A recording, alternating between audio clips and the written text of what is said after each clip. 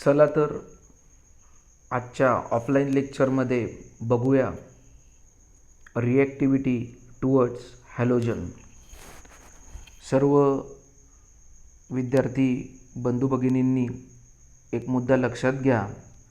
आत्तापर्यंत आपण प्रत्येक ग्रुपमधल्या म्हणजे ग्रुप 16 असेल, ग्रुप 17 असेल किंवा ग्रुप 18 असेल, यांच्या सर्वप्रथम आपण ऑक्सिडेशन स्टेटचा अभ्यास केला.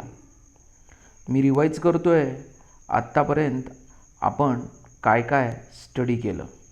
आत्तापर्यंत आपण ग्रुप 16, 17 आणि 18 या ग्रुपच्या ऑक्सिडेशन स्टेटचा आपण अभ्यास केला.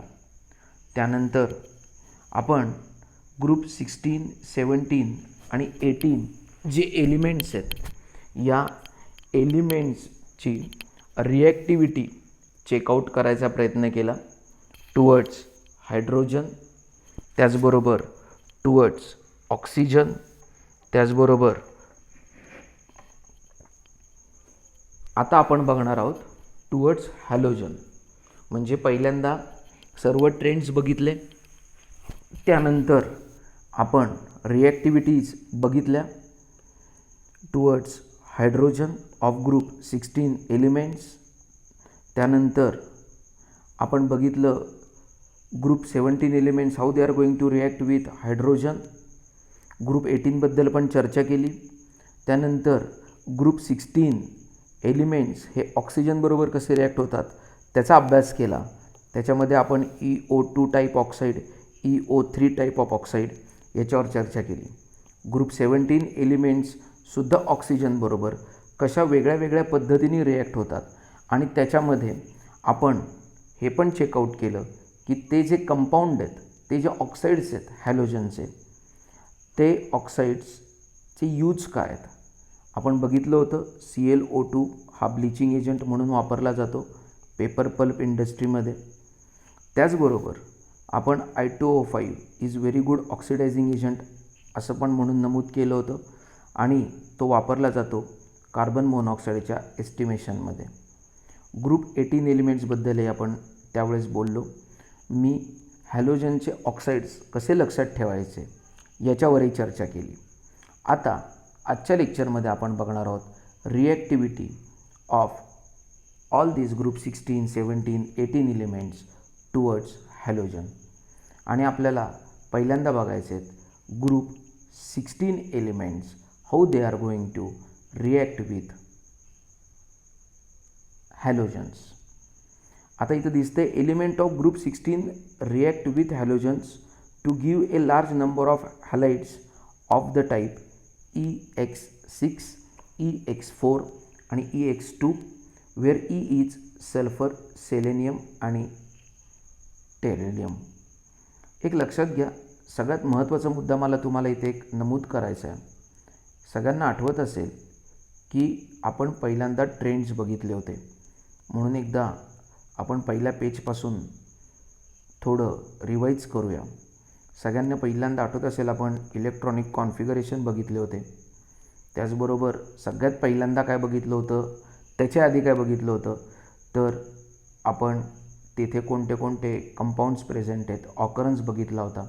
ग्रुप 16 एलिमेंटला काय म्हटलं जातं, ग्रुप 17 एलिमेंटला काय म्हटलं जातं, ग्रुप 18 एलिमेंटला काय म्हटलं जातं आणि त्यांच्याबद्दल आपण चर्चा केली होती. त्याचबरोबर आपण इलेक्ट्रॉनिक कॉन्फिगरेशनवर एक चांगली चर्चा केली होती. त्यानंतर आपण atomic and physical properties of element of group 16, 17, 18बद्दल बोललो होतो. त्यामध्ये आपण ट्रेंड्स बघितले होते. ॲटमिक अँड आयनिक रेडाय कशा पद्धतीने along the group top to bottom बदलतात. आयनायझेशन एन्थॅल्पीसुद्धा बघितली होती. ॲटमिक आणि आयनिक रेडाय आणि आयनायझेशन एन्थॅल्पीचं आपण रिलेशन सांगितलं होतं. त्याचबरोबर इलेक्ट्रोनिगेटिव्हिटीचा अर्थ बघितला होता. तो ट्रेंड कसा आहे टॉप टू बॉटम ते पण बघितलं होतं. पुन्हा एकदा ॲटॉमिक साईज आणि इलेक्ट्रोनिगेटिव्हिटीचं कोरिलेशन चेकआउट केलं होतं. इलेक्ट्रॉन गेन एन्थॅल्पीवरती आपण बोललो होतो. तिथे आपण लेस निगेटिव्ह व्हॅल्यू म्हणजे काय, मोर निगेटिव्ह व्हॅल्यू म्हणजे काय याच्यावर चर्चा केली होती. इलेक्ट्रॉन गेन एन्थॅल्पीचा आणि ॲटमिक साईजचं सुद्धा आपण कोरिलेशन लावलं होतं. त्याचबरोबर आयनायझेशन एन्थॅल्पी, इलेक्ट्रोनिगेटिव्हिटी आणि इलेक्ट्रॉन गेन एन्थॅल्पी यांच्यातही आपण कोरिलेशन लावलं होतं. प्रॉब्लेम नंबर 7.1 बघितला होता, प्रॉब्लेम नंबर 7.2 बघितला होता. आणि मग आपण फिजिकल प्रॉपर्टीज चेकआउट करत होतो. फिजिकल प्रॉपर्टीज आपण चेकआउट केल्या, प्रत्येक फॅमिलीच्या, ऑक्सिजन फॅमिलीच्या बघितल्या, हॅलोजन फॅमिलीच्या बघितल्या. मध्ये आपण प्रॉब्लेम नंबर 7.3, 7.4, 7.5 बघितले. ग्रुप 18 एलिमेंटच्या सुद्धा फिजिकल प्रॉपर्टीज बघितल्या.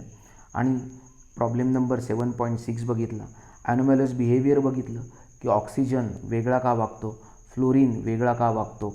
आणि त्यानंतर आपण केमिकल प्रॉपर्टीज बघायला स्टार्ट केल्या. त्याच्यामध्ये पहिल्यांदा आपण ऑक्सिडेशन स्टेट बघितला, जे मी आज नमूद केलं. ऑक्सिडेशन स्टेट बघून झाल्यानंतर मी सांगितलं की आपण केमिकल रिॲक्टिव्हिटी टुवर्ड्स हायड्रोजन बघितली प्रत्येक ग्रुपमधल्या एलिमेंटची. त्यानंतर रिॲक्टिव्हिटी टुवर्ड्स ऑक्सिजन बघितली प्रत्येक ग्रुपमधल्या एलिमेंटची. आणि आता आपण रिॲक्टिव्हिटी टुवर्ड्स हॅलोजन हे बघत आहोत. एकदा रिवाईज केलं, कारण आपण खूप धडा कव्हर केलेला असतो आणि काळाच्या ओघात विसरून जातो की आपण काय काय बघितलं आहे ते. मी लेसनचं जे स्पीड आहे ते फार हळू ठेवलेलं लेसन मी हळूहळू शिकवत आहे.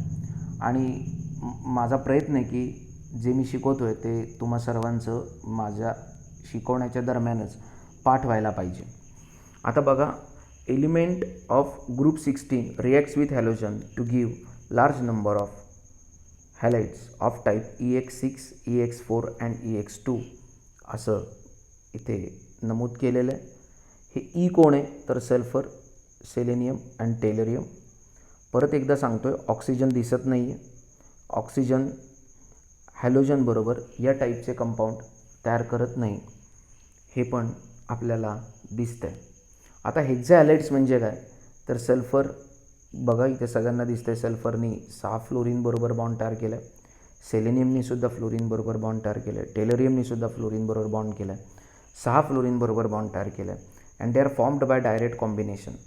They R colourless gases. हे सगळे कलरलेस गॅसेस आहेत आणि यांचं हायब्रिडायझेशन sp3d2 आहे. हे आत्ता तूर्तता तरी तुम्हाला हायब्रिडायझेशन लक्षात ठेवावं लागेल. ओके. त्यानंतर आपल्याला सांगितलं ऑक्टायड्रल स्ट्रक्चर आहे. जेव्हा एखाद्या ॲटमला 6 लोक जेव्हा अटॅच असतात त्यावेळेस जॉमेट्री साधारणपणे ऑक्टायड्रल असते. हे लक्षात ठेवा. ऑक्टायड्रल जॉमेट्री बघायला मिळते आपल्याला. ती साधारणपणे अशा पद्धतीने बघायला मिळते. सल्फर आणि फ्लोरीन एक टॉपला आणि एक बॉटमला आहे आणि उरलेले फ्लोरीन हे सल्फरच्या प्लेनमध्ये आहेत. म्हणजे हे सर्व लोक एका प्लेनमध्ये आहेत आणि या प्लेनच्या टॉपला एक फ्लोरीन आहे आणि एक बॉटमला फ्लोरीन आहे. ही जी जॉमेट्री याला ऑक्टायड्रल जॉमेट्री म्हणतात. आणि अशा पद्धतीने आपल्याला बघायला मिळेल. मी अतिशय लॉजिकल मिनिंग सांगितलं. एक ॲटम आणि त्याला 6 लोक जर का अटॅच असतील अशा पद्धतीने, ओके, तर आपण म्हणू शकतो की हे एका प्लेनमध्ये आहेत 4 लोक, एक टॉपला आणि एक बॉटमला आहे. अशा पद्धतीने जॉमेट्री मिळणार आहे, ते ऑक्टायड्रल जॉमेट्री मिळणार आहे. आणि आपल्याला हे SF6, ACF6 आणि TEF6 त्या एलिमेंटचे जे फ्लोराईड्स आहेत, हेक्झा फ्लोराईड्स आहेत, ते आपल्याला मिळणार आहेत. आणि त्या केसमध्ये sp3d2 हायब्रिडायझेशन बघायला मिळणार आहे. sp3d2 हायब्रिडायझेशन कोण दाखवणार आहे तर ऑब्वियसली सल्फर, सेलेनियम आणि टेलरियम हे sp3d2 हायब्रिडायझेशन दाखवणार आहेत आणि 6 फ्लोरीनबरोबर बॉन्ड तयार करणार आहेत. ही ऑक्टायड्रल जॉमेट्री परत एकदा मी सांगतो आहे. एखादा एलिमेंट, एखादा ॲटम 6 लोकांना अटॅच असेल तर ऑक्टायड्रल जॉमेट्रीचे चान्सेस आहेत. हे कलरलेस गॅसेस आहेत. SF6 is exceptionally stable halide for steric reason. ह्याच्यावर आपण नंतर चर्चा करणार आहोत. पुढे हे कळलं आहे सगळ्यांना की आपल्याला ग्रुप 16चे लोक EX6, EX4 आणि EX2 म्हणजे हेक्झाहॅलाइड्स, टेट्राहॅलाइड्स आणि डायहॅलाइड्स असे हॅलाइड्स देणार आहेत. जो E आहे तो कोण असू शकतो तर तो सल्फर, सेलेनियम किंवा टेलरियम असू शकतो. ऑक्सिजन कोणत्याही पद्धतीने हेक्झाहॅलाइड्स देणार नाही आहे. परत एकदा सांगतो आहे, जी जॉमेट्री आहे ती ऑक्टाहेड्रल जॉमेट्री आहे आणि जे सेंट्रल ॲटम जो आहे त्याचं जे हायब्रिडायझेशन आहे ते sp3d2 आहे. एक लक्षात घ्या, फ्लोरीनबरोबर बॉन्डिंग दाखवलं आहे, फ्लोरीनकडे डी ऑर्बिटलच नाही आहे, त्यामुळे तो sp3d2 हायब्रिडायझेशन दाखवायचा प्रश्नच येत नाही. त्यामुळे जे sp3d2 हायब्रिडायझेशन आपल्याला दिसतं आहे ते पूर्णतः 16th ग्रुपच्या एलिमेंटबद्दलचं आहे आणि त्याच्यातही सल्फर, सेलेनियम आणि टेलेरियमबद्दल बोलतो आहे, जे अनुक्रमे रो क्रमांक 3, 4 आणि 5 मध्ये प्रेझेंट आहेत. पोलोनियमसुद्धा कोणत्याही पद्धतीने हेक्झॅलाइड्स तयार करत नाही आहे हे आपल्याला दिसतं आहे. म्हणजे याच्यातनं आपल्याला कळलं की ऑक्सिजन अँड पोलोनियम म्हणजे टॉपचा मेंबर आणि बॉटमचा मेंबर हे दोन्ही मेंबर हेक्झाफ्लोराइड्स दाखवणार नाही आहेत. SF6 हा सगळ्यात स्टेबल हॅलाइड आहे त्याच्या स्टेरिक रिझन्समुळे असं सांगितलं आणि मी बोललो, त्याच्यावर आपण नंतर चर्चा करणार आहोत जॉमेट्री जेव्हा आपण नंतर शिकणार आहोत तेव्हा. सगळ्यात स्टेबल कोण आहे तर फ्लोराइड्स जे आहेत म्हणजे हेक्झाफ्लोराइड्स आहेत ते जास्त स्टेबल आहेत. हेक्झाक्लोराइड, हेक्झाब्रोमाइड आणि हेक्झा आयोडाईडपेक्षा हा एक ऑर्डर जी आहे ती लक्षात ठेवा. सगळ्यात स्टेबल हे फ्लोराइड्स असतील, मग क्लोराईड असतील, मग ब्रोमाइड असतील आणि सगळ्यात शेवटी आयोडाईड असतील. पुढचा जो पार्ट आहे तो आहे टेट्राहॅलाइडचा. आता तुमच्या लक्षात येईल सल्फरला 4 फ्लोरीन अटॅच आहेत, सेलेनियमला 4 फ्लोरीन अटॅच आहेत, टेलेरियमलाही 4 फ्लोरीन अटॅच आहेत आणि टेलेरियमला 4 क्लोरीन अटॅच आहेत. इथे जे हायब्रिडायझेशन आहे ते sp3 आहे. शक्यतो sp3 हायब्रिडायझेशन असेल त्यावेळेस आपल्याला वेगळ्या वेगळ्या पद्धतीने जॉमेट्रीज बघायला मिळणार आहे. आता तुम्ही नवीन जॉमेट्री बघताय जिचं नाव आहे trigonal bipyramidal geometry with equatorial position occupied by a lone pair. हे नंतर आपल्याला परत एकदा बघायचं आहे जेव्हा आपण या कंपाऊंड्सबद्दल डिटेलमध्ये चर्चा करणार आहोत, तेव्हा आपण हायब्रिडायझेशन आणि जॉमेट्री या विषयावरती एक वेगळा सेशन ठेवून त्याच्याबद्दल बोलणार आहोत. आत्ता आपल्याला एवढंच लक्षात ठेवायचं आहे, जे लक्षात ठेवायला सगळ्यात सोपं आहे की जे आपले 16th ग्रुपचे जे मेंबर आहेत त्यांनी 4 हॅलोजनबरोबर बॉन्ड तयार केलेला आहे. SF4 असेल, ACF4 असेल, TeF4 असेल किंवा TeCl4 असेल. आपल्याला दिसते की टेट्राहॅलाइड्स म्हणजे 4 हॅलोजनबरोबर 16 ग्रुप एलिमेंट तयार 4 हॅलोजनबरोबर 16 ग्रुप एलिमेंट हे बॉन्ड तयार करत आहेत. पुन्हा एकदा नमूद करावं असं वाटतं आहे मला, ऑक्सिजन आणि पोलोनियम हे जे 16 ग्रुपचे जे टॉप आणि बॉटमचे सगळ्यात टॉपचा मेंबर आणि सगळ्यात बॉटमचा मेंबर जो आहे त्यांनी कोणत्याही पद्धतीने हेक्झॅलाइड्सही तयार केले नाही आहेत आणि टेट्राहॅलाइड्सही तयार केलेले नाही आहेत. आता जाऊया आपण डायहॅलाइड्सकडे. डायहॅलाइड्समध्ये आपल्याला दिसतं SCl2, ACCl2, TeCl2. इथे सुद्धा sp3 हायब्रिडायझेशन आहे. मी सांगितलं की sp3 हायब्रिडायझेशनला वेगळ्या वेगळ्या जॉमेट्रीज बघायला मिळतात. वरतीसुद्धा आपण बघितलं टेट्राहॅलाइडच्या केसमध्ये sp3 हायब्रिडायझेशन आहे पण जॉमेट्री मात्र ट्रायगोनल बायपिरॅमिडल आहे. आतासुद्धा आपल्याला इथे sp3 हायब्रिडायझेशन दिसते पण जॉमेट्री मात्र टेट्राहेड्रल आहे, हे विसरू नका. एक लक्षात घ्या, इथे टोटल काउंट जो आहे तो 5 लोकांचा आहे, इथे टोटल काउंट 3 लोकांचा आहे. त्यामुळे जरी हायब्रिडायझेशन 16 ग्रुप एलिमेंटचं हे sp3 म्हणजे सेम असलं तरी जॉमेट्री मात्र वेगळी वेगळी भेटते. जॉमेट्री म्हणजे काय तर हे जे सगळे मॉलिक्यूलमधले जे ॲटम्स आहेत ते स्पेसमध्ये कसे अरेंज झालेत त्या स्पेशियल अरेंजमेंटवरती जॉमेट्री डिपेंड आहे. परत एकदा नीट ऐका, हायब्रिडायझेशन जरी टेट्राहॅलाइडच्या केसमध्ये आणि डायहॅलाइडच्या केसमध्ये सेम असलं तरी मला तुम्हाला एक गोष्ट नमूद करावीशी वाटते की जरी टेट्राहॅलाइड आणि डायहॅलाइडच्या केसमध्ये हायब्रिडायझेशन जरी सेम असलं sp3 आणि sp3 तरी जॉमेट्री वेगळी आहे. कारण इथे असणाऱ्या नंबर ऑफ ॲटमची संख्या आणि इथं असणाऱ्या नंबर ऑफ ॲटमची संख्या ही वेगळी आहे, टोटल नंबर ऑफ ॲटमची संख्या, आणि या केसमध्ये असणारी टोटल नंबर ऑफ ॲटमची संख्या वेगळी वेगळी आहे. जॉमेट्रीचा अर्थ पण मी सांगितला, स्पेशियल अरेंजमेंट. स्पेसमध्ये हे सर्व ॲटम कसे अरेंज झालेत याच्यावरती डिपेंड आहे जॉमेट्री कुठली. त्यामुळे जरी 16 ग्रुप एलिमेंटची हायब्रिडायझेशन ही टेट्राहॅलाइड्समध्ये आणि डायहॅलाइड्समध्ये सेम असेल तरीसुद्धा जॉमेट्री वेगळी वेगळी आपल्याला आढळते. परत एकदा सांगितलं की SCl2, ACCl2, TeCl2 have sp3 hybridization and thus possess a tetrahedral structure with 2 equatorial positions occupied by lone pair. बघा, अजून एक लक्षात ठेवा, नंतर आपल्याला बघायचं आहे पण आत्ता लक्षात ठेवायला काय जातं आहे, आपल्याला कळले की टेट्राहॅलाइड आणि डायहॅलाइड या दोन्ही केसमध्ये 16 ग्रुप एलिमेंटची जी हायब्रिडायझेशन आहे ती सेम आहे, पण जी स्पेशल अरेंजमेंट आहे त्या मॉलिक्यूलमधल्या ॲटम्सची ती वेगळी वेगळी आहे. त्यामुळे टेट्राहेड्रलच्या केसमध्ये आपल्याला ट्रायगोनल बायपिरॅमिडल जॉमेट्री बघायला मिळते, तर डायहॅलाइडच्या केसमध्ये आपल्याला टेट्राहेड्रल स्ट्रक्चर बघायला मिळते. टेट्राहॅलाइडच्या केसमध्ये आपल्याला ट्रायगोनल बायपिरॅमिडल जॉमेट्री बघायला मिळते. परत एकदा जर का मी आत्ता चुकून काहीतरी वेगळं बोललो असेल तर परत एकदा मी रिपीट करतो की टेट्राहॅलाइडच्या केसमध्ये आपल्याला ट्रायगोनल बायपिरॅमिडल जॉमेट्री बघायला मिळते, तर डायहॅलाइडच्या केसमध्ये आपल्याला टेट्राहेड्रल स्ट्रक्चर बघायला मिळते, टेट्राहेड्रल जॉमेट्री बघायला मिळते.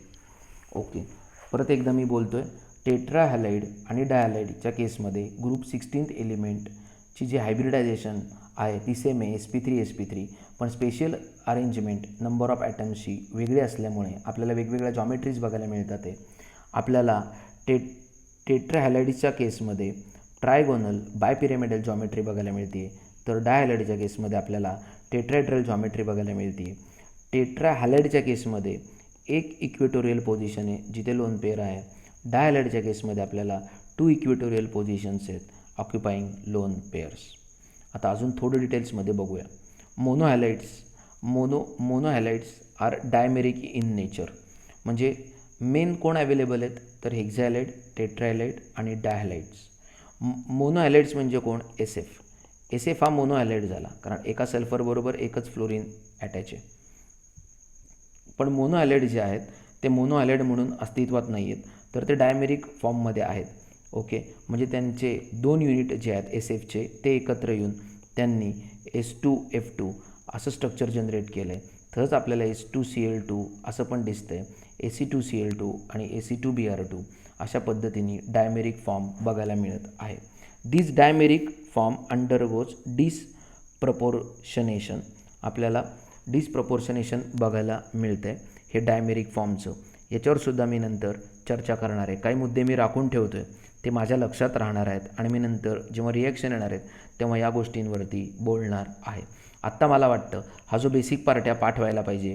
हेक्झाहॅलाइड्स, octahedral geometry, tetrahalides, trigonal bipyramidal geometry with 1 equatorial position occupied by lone pair, dihalides tetrahedral geometry with 2 equatorial position occupied by lone pairs. त्याचबरोबर आपल्याला हेक्झाहॅलाइडच्या केसमध्ये 16 ग्रुप एलिमेंट्स जे आहेत ते sp3d2 हायब्रिडायझेशन दाखवतात. ते टेट्राहॅलाइडच्या केसमध्ये sp3 आणि डायहॅलाइडच्या केसमध्ये sp3 हायब्रिडायझेशन बघायला मिळणार आहे. मोनोहॅलाइडच्या केसमध्ये आपल्याला बघायला मिळालं आहे की मोनोहॅलाइड हे डायमेरिक फॉर्ममध्ये उपस्थित आहेत. आता जाऊया ग्रुप 17 एलिमेंट्सकडे. हॅलोजन्स म्हणजेच ग्रुप 17 एलिमेंट्स कंबाईन. आता आपण बघतोय रिॲक्टिव्हिटी टुवर्ड्स हॅलोजन, म्हणजे आता ग्रुप 17 एलिमेंट्स हे स्वतःच हॅलोजन आहेत. म्हणजे आपल्याला बघायचं आहे की हॅलोजनबरोबर कशा पद्धतीने बॉन्डिंग करतात याचा डिटेल अभ्यास बघायचा आहे आपल्याला. आणि त्या कंपाऊंडचं नाव आहे इंटर हॅलोजन कंपाऊंड्स, म्हणजे हॅलोजनबरोबर कशा पद्धतीने बॉन्ड तयार करतात हे आपल्याला बघायचं आहे. म्हणून त्या कंपाऊंडचं नाव आहे इंटर हॅलोजन कंपाऊंड्स. ह्याच्याबद्दल आपल्याला नंतर भविष्यात आर्टिकल बघायचे सेक्शन 7.12, त्याच्यामध्ये गेल्यावर आपल्याला इंटर हॅलोजन कंपाऊंड्स बघायचे आहेत. तिथे गेल्यावर आपण डिटेलमध्ये स्टडी करूया. आपल्याला कशा पद्धतीने इंटर हॅलोजन कंपाऊंड्स बघायला मिळतात ते इथे सांगितलं आहे. XX-, XX-3, XX-5 and XX-7, where X is halogen atom with large size and X- with smaller size. हे लक्षात ठेवा, तूर्तता एवढं डोक्यात ठेवा आणि पुढं जाऊया. हे फक्त बघायचेत आपल्याला. मी परत सांगते, आपल्याला येणाऱ्या लेक्चर्समध्ये डिटेलिंग अजून बाकी आहे. आत्ता इंट्रोडक्शन करून तुमच्यापर्यंत हे कन्सेप्ट पोचवले जातील. हे फक्त जे आत्ता झाले ते नंतर रिवाईज होईल, जे नवीन आहे ते अजून चांगलं कळेल नंतरच्या लेक्चर्समध्ये. पुढे जाऊया आणि ग्रुप 18 एलिमेंट्सबद्दल बोलू. ग्रुप 18 एलिमेंट्सबद्दल आपण बोललो होतो की ते केमिकली इनर्ट आहेत. 18 एलिमेंट्सने हायड्रोजनबरोबर आणि ऑक्सिजनबरोबर फारशी चांगल्या पद्धतीने रिॲक्शन दिलेली नाही कारण ते केमिकली इनर्ट आहेत. Krypton and xenon however react directly with fluorine. फ्लोरीनबरोबर सगळे लोक रिॲक्ट होतात, तो रिॲक्टिव्ह आहे. इथे झेनॉनसुद्धा रिॲक्ट होताना दिसतो आहे. तशा कंडिशन ह्या हार्श आहेत. 673 केल्विन टेम्परेचर लागतं आहे, हाय टेम्परेचर आहे, 1 ॲटमॉस्फेरिक प्रेशर लागतं आहे आणि आपल्याला ग्रुप 18 एलिमेंटसाठी डायहॅलाइड बघायला मिळतं आहे. इथं दिसतं आहे xenon fluorides XeF2, XeF4 and XeF6 are crystalline and colorless which sublime readily at 298 Kelvin. They are powerful fluorinating agent. हे लक्षात ठेवा. डायहॅलाइड्स मिळालेत. झेनॉनबद्दल आपण बोललो होतो की झेनॉन रिॲक्टिव्हिटी दाखवतो. झेनॉननी डायहॅलाइड पण दिले, टेट्राहॅलाइड पण दिले आणि हेक्साहॅलाइड पण दिलेलं आहे. They are crystalline and colourless with sublime readily at 298 kelvin. म्हणजे रूम टेम्परेचरला ते सब्लिमेशन दाखवू शकतात. हे पॉवरफुल फ्लोरिनेटिंग एजंट आहेत, हे विसरू नका. कोण? XeF2, XeF4 आणि XeF6. आता पुढे जाऊया आणि बघूया रिॲक्टिव्हिटी टुवर्ड्स मेटल. आता मेटलची जी रिॲक्टिव्हिटी आहे ती शिकण्यासाठी म्हणून मी तुम्हाला काही मेटलच्या ऑक्सिडेशन स्टेट सांगतो, कारण रिॲक्शन पण लक्षात राहायला पाहिजेत आणि रिॲक्शन पटकन लक्षात राहाव्या म्हणून ऑक्सिडेशन स्टेट लक्षात ठेवा. आता ग्रुप 16 एलिमेंटची जी फेमस ऑक्सिडेशन स्टेट आहे ती साधारणपणे 2- आहे. म्हणजे ग्रुप 16 एलिमेंट्स ही 2- ऑक्सिडेशन स्टेट जनरली देऊ शकतात किंवा देतात असं आपण म्हणू. आणि त्यांची रिॲक्टिव्हिटी ही मेटलबरोबर कशी होते हे बघायचं आहे. पण त्याबरोबर काही मेटलच्या पण ऑक्सिडेशन स्टेट आपल्याला माहिती पाहिजेत, तर आपल्याला रिॲक्शन बॅलन्स करणं सोपं जातं. आता फॉर एक्झाम्पल कॉपर आहे, तर मी सांगितलं ग्रुप 16 एलिमेंट जे आहेत त्यांची जनरल ऑक्सिडेशन स्टेट ही 2- आहे. आता कॉपर आहे, कॉपरची जनरल ऑक्सिडेशन स्टेट +2 आहे. ॲल्युमिनियम आहे, त्याची जनरल ऑक्सिडेशन स्टेट +3 आहे. मॅग्नेशियम आहे, त्याची जनरल ऑक्सिडेशन स्टेट +2 आहे. आता तुमच्या लक्षात येईल एका ॲल्युमिनियमची +3 आहे आणि ऑक्सिजनची -2 आहे. तर ते बॅलन्सिंग करण्यासाठी म्हणून त्या ऑक्सिडेशन स्टेट बॅलन्स व्हायला पाहिजेत म्हणून ॲल्युमिनियमचे 2 ॲटम कन्सिडर केलेत म्हणून 2 3 जा 6 होईल आणि ऑक्सिजनचे 3 ॲटम कन्सिडर केलेत 3 2 जा -6 होईल आणि म्हणून तुम्हाला इथं मॉलिक्युलर फॉर्म्युला Al2O3 दिसतो आहे. आणि मग बॅलन्सिंग केलं आहे 4Al + 3O2 गिव्स 2Al2O3. आता कॉपरचं बॅलन्सिंग सोपं आहे. कॉपरची जनरल ऑक्सिडेशन स्टेट +2 आहे. सल्फर 16 ग्रुपचा मेंबर आहे म्हटल्यावर 2- ऑक्सिडेशन स्टेट आहे, त्याच्यामुळे CuS हे कंपाऊंड तयार झालं आहे. आता मॅग्नेशियमची पण मी +2 सांगितली. सेलेनियम 16 ग्रुपचा मेंबर आहे म्हटल्यावर 2- त्यामुळे परत Mg+2 सेलेनियम -2 बॅलन्स झाली आणि MgAc म्हणजे मॅग्नेशियम सेलेनाइड नावाचं कंपाऊंड तयार झालं आहे. सगळ्यांना कळलं आहे का मी काय बोललो ते? ऑक्सिडेशन स्टेट जर का आपल्याला माहिती असेल तर आपण प्रॉडक्ट आपल्या स्वतःहून आपण लिहू शकतो. हे मला तुम्हाला सजेस्ट करायचं आहे. मी आत्ता सांगितलं ॲल्युमिनियमची ऑक्सिडेशन स्टेट +3 आहे आणि ऑक्सिजनची साधारणपणे -2 ऑक्सिडेशन स्टेट आहे जनरल. तर त्याच्यापासून जर का एक न्यूट्रल कंपाऊंड तयार करायचं असेल तर त्यांचे ऑक्सिडेशन स्टेट बॅलन्स व्हायला पाहिजेत. म्हणजे ॲल्युमिनियमचे 2 ॲटम कन्सिडर करा म्हणजे 2 × +3 + 6 ऑक्सिडेशन स्टेट मिळेल आणि ऑक्सिजनचे 3 कन्सिडर करा म्हणजे 3 × -2 -6. सो +6 आणि -6 कॅन्सल झाले आणि आपल्याला एक स्टेबल कंपाऊंड मिळेल जे Al2O3 असेल. कॉपरच्या बाबतीत मी सांगितलं +2, सल्फर -2 बॅलन्स होतं आहे म्हणजे CuS असं कंपाऊंड तयार होईल. मॅग्नेशियमच्या बाबतीत आहे +2, सेलेनियम -2 कारण तो 16 ग्रुपचा मेंबर आहे त्यामुळे मॅग्नेशियम सेलेनाइड हे कंपाऊंड आपल्याला बघायला मिळेल. आता आपण ग्रुप 17 एलिमेंट्सकडे जाऊया. आता ग्रुप 17 एलिमेंटची जी जनरल ऑक्सिडेशन स्टेट आहे ती बघा. जनरल ऑक्सिडेशन स्टेट -1 आहे. आता सोडियम काय ऑक्सिडेशन स्टेट दाखवतो +1 म्हणजे एका Na बरोबर एकच Cl राहणार स्ट्रक्चरमध्ये असं आपल्याला दिसेल. त्याचं जे फॉर्म्युला आहे तो Na + Cl- असं डिझाईन करता येऊ शकतो म्हणून आपल्याला प्रॉडक्ट NaCl दिसतं. आत्ताच मी तुम्हाला सांगितलं मॅग्नेशियमची +2 ऑक्सिडेशन स्टेट आहे आणि हॅलोजनची -1 म्हणजे न्यूट्रल कंपाऊंड मिळवण्यासाठी एका मॅग्नेशियम बरोबर 2 हॅलोजनची रिक्वायरमेंट आहे कारण मॅग्नेशियमची +2 आहे, हॅलोजनची -1 आहे, म्हणजे एका मॅग्नेशियम बरोबर 2 हॅलोजनची रिक्वायरमेंट आहे, म्हणून मॅग्नेशियम ब्रोमाइड अशा पद्धतीने आपल्याला कंपाऊंड तयार झालेलं दिसेल. त्यांनी सांगितले की ionic character of halide decreases in the order. म्हणजे काय, तर जे मेटलचे जे फ्लोराईड्स आहेत ते जास्त आयनिक आहेत कोणापेक्षा, मेटल क्लोराईड, मेटल ब्रोमाइड आणि मेटल आयोडाईडपेक्षा. Okay, where what is M. M is obviously monovalent metal आहे ज्याची ऑक्सिडेशन स्टेट +1 आहे. अशा मेटलचा आपण अभ्यास करत आहोत. विषय कळला आहे सगळ्यांना.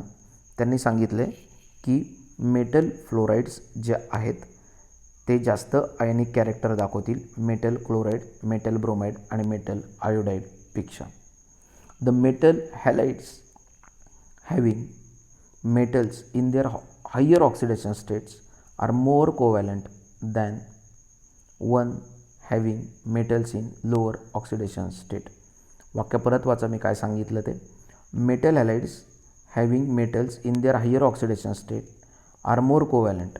म्हणजे जे मेटल हॅलाइडमध्ये जे मेटल्स आहेत, ओके, ते मेटल जर का हायर ऑक्सिडेशन स्टेटमध्ये असतील तर ते मोर कोव्हॅलंट नेचर दाखवतात. Okay, than the one having metals in lower oxidation state. म्हणजे काय, इथे टीनचं स्टॅनस क्लोराईड दिसते सगळ्यांना. इथे टीनची जी ऑक्सिडेशन स्टेट आहे जरा चेकआउट करा. इथं जे टीनची ऑक्सिडेशन स्टेट आहे ती +4 आहे. ओके, इथे लेडची जी ऑक्सिडेशन स्टेट आहे ती +4 आहे. इथं अँटीमनीची जी ऑक्सिडेशन स्टेट आहे ती +4 आहे. ओके, इथे युरेनियमची दिसते ती पण, सॉरी इथं +4 नाही, अँटीमनीची +5 आहे. एक्स्ट्रीमली सॉरी, अँटीमनीची +5 आहे आणि ते युरेनियमची +6 आहे. यांचेच लोअर ऑक्सिडेशन स्टेटवाले कंपाऊंड लिहिलेत बघा खाली. म्हणजे स्टॅनस क्लोराईडचाच एक SnCl4चा, म्हणजे टीनची इथं ऑक्सिडेशन +4 आहे क्लोरीन बरोबर. तर या केसमध्ये टीनचं आणि क्लोरीनचंच एक टीन आणि क्लोरीन यांच्या कॉम्बिनेशनचंच एक कंपाऊंड दाखवलं आहे. त्याच्यामध्ये टीनची ऑक्सिडेशन स्टेट +2 आहे. इथे लेड आणि क्लोरीन यांच्या कंपाऊंडमध्ये लेडची ऑक्सिडेशन स्टेट +4 आहे. इथे लेड आणि क्लोरीनचे डायक्लोराईड दाखवलं आहे. लेडचं जे डायक्लोराईड कंपाऊंड दाखवलं आहे त्याच्यामध्ये लेडची ऑक्सिडेशन स्टेट +2 आहे. वरती अँटीमनी आणि पेंटाक्लोराईड जे कंपाऊंड दिसतं, अँटीमनीचं जे पेंटाक्लोराईड कंपाऊंड दिसतं त्याच्यामध्ये अँटीमनीची ऑक्सिडेशन स्टेट +5 आहे. तर इथे अँटीमनीचं जे ट्रायक्लोराईड कंपाऊंड दिसतं त्याच्यामध्ये अँटीमनीची जी ऑक्सिडेशन स्टेट आहे ती +3 आहे. इथे हेक्झा फ्लोराईड दाखवतं युरेनियमच्या केसमध्ये, ते इथे टेट्राफ्लोराईड दिसतं आहे त्याच्यामध्ये युरेनियमची ऑक्सिडेशन स्टेट +4 आहे. म्हणजे वरती जे मी कंपाऊंड दाखवले त्यांच्या लोअर ऑक्सिडेशन स्टेट ह्या खाली दाखवल्यात. आणि आपलं वरती वाक्य दिलं आहे की ज्या केसमध्ये मेटलची हायर ऑक्सिडेशन स्टेट असते, ओके, ते जे हॅलोजन कंपाऊंड आहेत किंवा हॅलो कंपाऊंड्स आहेत ते कोव्हॅलंट असतात. म्हणजे SnCl4 हा जास्त SnCl4 जो आहे तो SnCl2पेक्षा जास्त कोव्हॅलंट कॅरेक्टर दाखवतो. ओके, SnCl4 जो आहे तो SnCl2पेक्षा जास्त कोव्हॅलंट कॅरेक्टर दाखवतो. PbCl4 is more covalent than PbCl2. SbCl5 is more covalent than SbCl3 and UF6 is more covalent than UF4. मुद्दा सगळ्यांना कळला आहे का नाही हे पहिले मला सांगा. मला हेच सांगायचं आहे की दोन्ही ठिकाणी, म्हणजे पहिल्या केसमध्ये इथं दिसते तुम्हाला, इथे पण टीन हाच मेटल आहे आणि टीननीच हॅलो कंपाऊंड तयार केलं आहे. आणि दुसऱ्या केसमध्ये सुद्धा टीननी हॅलो कंपाऊंड तयार केलं आहे. परत त्याच हॅलोजनबरोबर हॅलो कंपाऊंड तयार केलं आहे. पण पहिल्या केसमध्ये टीनची ऑक्सिडेशन स्टेट +4 आहे आणि दुसऱ्या केसमध्ये +2 आहे. आणि मग त्यांना असं सांगायचं आहे की ज्या केसमध्ये मेटलची ऑक्सिडेशन स्टेट हायर आहे ते कंपाऊंड, ज्या कंपाऊंडमध्ये मेटलची ऑक्सिडेशन स्टेट, ज्या मेटल हॅलाइडमध्ये मेटलची ऑक्सिडेशन स्टेट ही हायर असणार आहे ते जास्त कोव्हॅलंट असणार आहे. म्हणजे SnCl4 हा जास्त कोव्हॅलंट असणार आहे SnCl2पेक्षा. आय होप सो सगळ्यांना कळलं आहे. पुढे जाऊया ग्रुप 18 एलिमेंट्सकडे. ग्रुप 18 एलिमेंट्समध्ये सांगितले Nobel gases do not directly react with metals. Nobel gases कोणत्याही पद्धतीने मेटल्सबरोबर रिॲक्ट होणार नाही आहेत. तुम्हाला वरचा मुद्दा कळला आहे का कोव्हॅलंट कॅरेक्टरचा? मला असं सांगायचं आहे की मेटल हॅलाइड्समध्ये मेटल हॅलाइड्समध्ये जर का एकच मेटलनी वेगळे वेगळे हॅलाइड्स तयार केले असतील, जसं आत्ता इथे दिसते टेट्राहॅलाइड आणि डायहॅलाइड तयार केले टीनच्या केसमध्ये, तर ज्या मेटल हॅलाइडमध्ये मेटलची ऑक्सिडेशन स्टेट हायर आहे तो जास्त कोव्हॅलंट असणार आहे. त्याच्या दुसऱ्या मेटल हॅलाइड फॉर्मपेक्षा जिथे त्याच मेटलची ऑक्सिडेशन स्टेट त्याच हॅलोजनबरोबर कमी असणार आहे. आय होप सो सगळ्यांना कळलं आहे की metal halides having metals in their higher oxidation states are more covalent than the one having metals in lower oxidation state. SnCl4मध्ये +4 ऑक्सिडेशन स्टेट आहे, त्यामुळे SnCl4मध्ये जास्त कोव्हॅलंट कॅरेक्टर बघायला मिळेल SnCl2पेक्षा, जिथं टीनची ऑक्सिडेशन स्टेट +2 आहे, जिथं पहिल्या केसमध्ये SnCl4मध्ये टीनची ऑक्सिडेशन स्टेट +4 होती. आय होप सो सगळ्यांना कळलं आहे.